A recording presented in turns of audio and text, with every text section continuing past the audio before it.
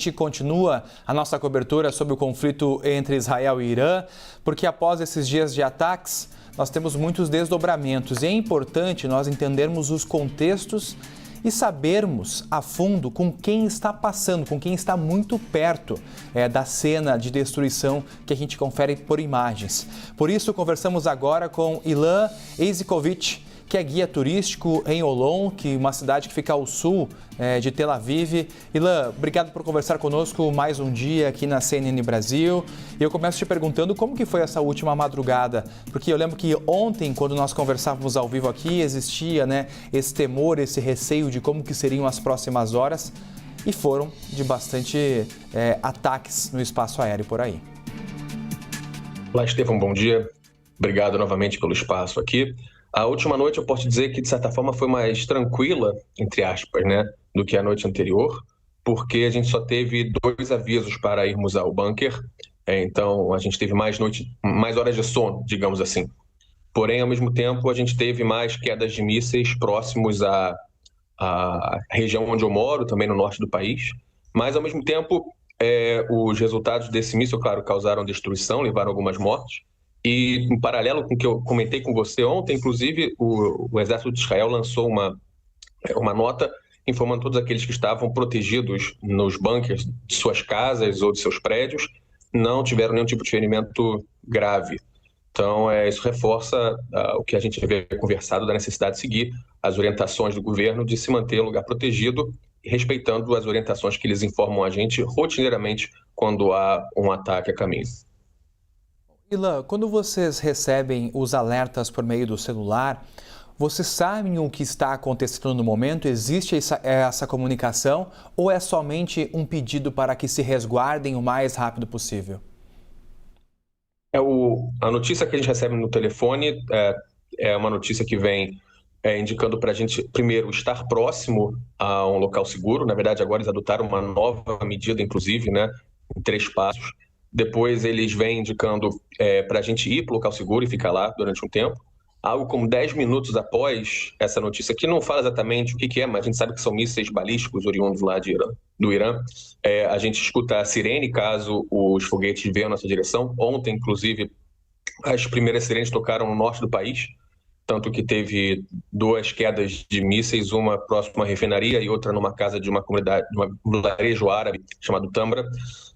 Então não tocou aqui onde eu moro, e posteriormente teve mais uma leva que aí sim caiu na cidade de Bat Yam, que fica a poucos quilômetros de onde eu resido. A gente conseguiu ouvir daqui o barulho da explosão e posteriormente saber dessas fatalidades e do que aconteceu, alvos civis sendo atacados de maneira indiscriminada. Israel vem passando há quase 3 anos por situações similares a essas de ataques, é claro, em proporções diferentes. Mas como que a vida está seguindo assim para vocês, para você, a sua família?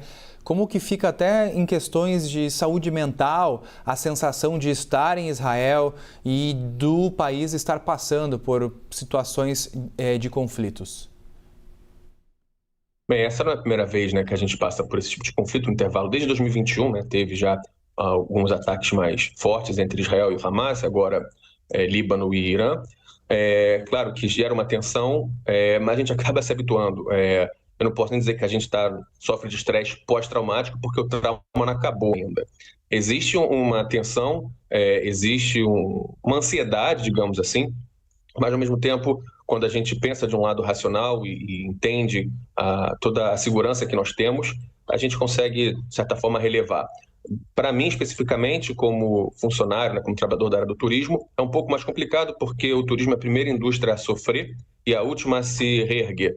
Então, temos sofrido os altos e baixos. Graças a Deus, eu consegui trabalhar um pouco nesse interim, entre 7 de outubro e anteontem, mas a gente sente que a rotina muda um pouco. Até esse conflito do Irã começar, eu ouso dizer que estávamos quase igual ao dia 6 de outubro de 23, antes do conflito com Hamas começar, fora todas as mobilizações que existem para o retorno dos reféns em Gaza. Mas o conflito em Gaza praticamente já não interfere em nada na rotina diária do israelense.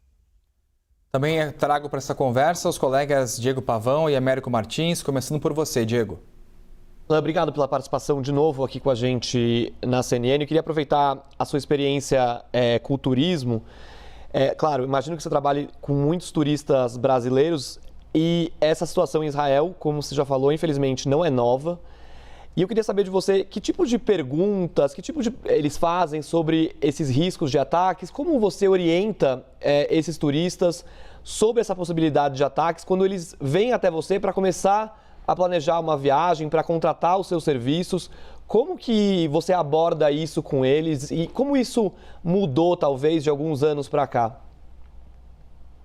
Bem, essa realmente é uma conversa recorrente que existe, mas eu apresento números. Infelizmente, o Brasil não é um dos países mais seguros do mundo. Eu sou natural do Rio de Janeiro, tenho conhecidos que foram vítimas de latrocínio, de balas perdidas. Então, a gente apresenta os dados aqui, orienta, todo mundo já sabe do sistema de defesa de Israel contra os foguetes, contra os mísseis. Então, quando a gente apresenta isso de maneira organizada e mostra que há um desejo do governo de Israel em proteger os seus habitantes e turistas, eles acabam percebendo que é um local relativamente tranquilo. Claro que ocorrem algumas intercorrências nesse caminho, como guerras que surgem e não são planejadas, mas quando, nesse período de guerra, os ônibus chegam, trabalho principalmente com grupos, a gente sempre informa o que fazer. Então, em outubro do ano passado, inclusive, eu estava guiando um grupo de mais de 50 pessoas, a maioria de Santa Catarina, quando teve o ataque do Irã, o segundo deles. Todo mundo sabia o que fazer, o ônibus estava na rua, a gente parou, descemos do ônibus, todos nos abrigamos no local seguro mais próximo, ficamos lá até segunda ordem, até recebermos uma notificação do governo que a gente poderia sair, voltamos para o ônibus, chegamos no hotel em poucos minutos e lá ficamos até o dia seguinte, quando o grupo saiu pela fronteira terrestre junto ao Egito. Então, é algo muito sério que nós, guias, temos essa responsabilidade com os turistas, mas orientando eles, informando eles sobre como proceder, não tem nenhum tipo de problema. A gente vê que desde o início da guerra nada aconteceu com nenhum turista de qualquer país que fosse aqui em Israel. Ilan, a gente sabe que Jerusalém, por exemplo, é uma cidade muito importante para pelo menos 3 religiões. Sabemos também da devoção do povo judeu dentro do território israelense. Durante esse tempo de conflito mais intensificado, existem algumas programações, os grupos religiosos se reúnem, porque isso também acaba ajudando até na população a conversar, a expandir um pouco, a explanar um pouco desses sentimentos que são passados durante os momentos de ataques. Bem, hoje há uma recomendação do governo de não haver aglomerações. Né? O judeu, tradicionalmente, ele reza pelo menos 10 pessoas. Mas desde a guerra começou assim, a gente vê movimentos religiosos, pessoas que vão rezar e orar. Principalmente a gente, aqui em Israel, sente muito apoio da comunidade cristã, do mundo inteiro, do Brasil também. Eu, como tenho muito contato com eles, recebo muitas informações que igrejas estão sempre orando pela paz em Israel. E a gente percebe que há essa movimentação religiosa. Então, é algo muito interessante, mas, ao mesmo tempo, o país ele se preocupa com a segurança. Então, digamos, um exemplo, o Muro das Lamentações, esse local tão importante à fé judaica, ele está vazio nesses últimos dias, exatamente para evitar que a população se coloque em risco, já que a gente pode fazer nossas orações, nossas rezas de nossas próprias residências. Diego. Como guia turístico, eu imagino que você goste muito do que você faz aí em relação a Israel, em relação ao que você oferece para as pessoas, o que você mostra para as pessoas no seu trabalho. Essas tensões, esses incidentes, esses ataques, eles contaminaram a sua visão sobre Israel ou você ainda tem uma visão boa do país? Como é que você transmite isso para as pessoas? Bem, eu escolhi vir para Israel e não me arrependo. Hoje em dia, meu arrependimento maior é não ter vindo antes para cá. Mas a gente transmite a realidade e a segurança também. Como eu falei, durante esse período antes do ataque do Irã, recorrentemente eu levava grupos para visitar a região atacada no ataque terrorista de Gaza e mostrar que é um local seguro, é um local que é receptivo, é um local que vale a pena visitar. Eu não me arrependo de nenhuma forma em ter mudado para cá. Pelo contrário, hoje em dia a gente vê os atos antissemitas crescendo no mundo de maneira tão vertiginosa que Israel é o local mais seguro para a gente. Até quando a gente faz uma visita ao Museu do Holocausto, que fica do lado de um grande cemitério militar, o maior, na verdade, de Israel, chamado Monte Herzl, Sempre comento que o Holocausto é o custo do judeu de viver na diáspora, enquanto que o cemitério militar é o custo do judeu de viver na sua terra. Então, faz parte da nossa história, faz parte da história do povo judeu. Infelizmente, não é algo novo essa perseguição que a gente sofre. Claro, hoje nós temos um país que nos protege, outrora não foi assim. Então, muitas pessoas percebem da mesma forma e, inclusive, dados mostram que desde o ataque terrorista do Hamas, 7 de outubro, o número de imigrantes judeus para Israel aumentou consideravelmente. Então, eu me sinto muito agraciado de estar aqui em Israel e seguro também. E os turistas, quando vêm para cá, percebem isso e voltam para o Brasil como embaixadores de Israel, digamos assim, no sentido de promover a realidade daqui. Porque, infelizmente, a gente acaba recebendo hoje muitas informações distorcidas do que realmente acontece. E quem esteve aqui pode realmente passar informações não só desse conflito atual, mas da relação entre judeus e palestinos, tendo em vista que eles fazem visitas a cidades palestinas como Belém, Jericó, durante esse tour. Ilan, a gente sabe que Jerusalém, por exemplo, é uma cidade que possui uma história muito rica para as religiões há séculos e existem monumentos, como a cidade histórica, você tem a Igreja do Santo Sepulcro, tem até o Muro das Lamentações, alguns outros locais. Esses locais, durante os ataques que Israel sofre, eles estão também à mercê de possíveis danos?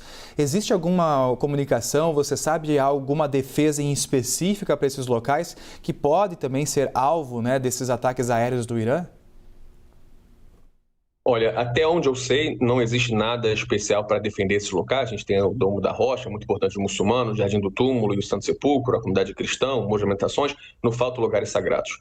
O que acontece é que muitas vezes os foguetes eles são interceptados e detritos deles caem e podem cair em algum desses locais e não tem muito que possa ser feito. Inclusive, por isso, a gente tem orientação de não sair do local seguro depois que os foguetes são abatidos. Eu não imagino que haja um interesse por parte dos inimigos de Israel em atacar esses locais, porque são muito próximos um do outro e podem causar uma comoção mundial ainda maior do que está acontecendo. Mas, ao mesmo tempo, a gente vê que muitos dos mísseis que são lançados contra Israel não são tão precisos assim. Ontem, por exemplo, caiu um míssil numa cidade palestina, a judaica, né, mas provavelmente os moradores se identificam como palestinos, melhor dizendo, uma cidade israelense, no qual os moradores devem se identificar como palestinos. Com certeza não deve ter sido interesse do Irã atacar e matar essas 4 árabes lá, mas caiu.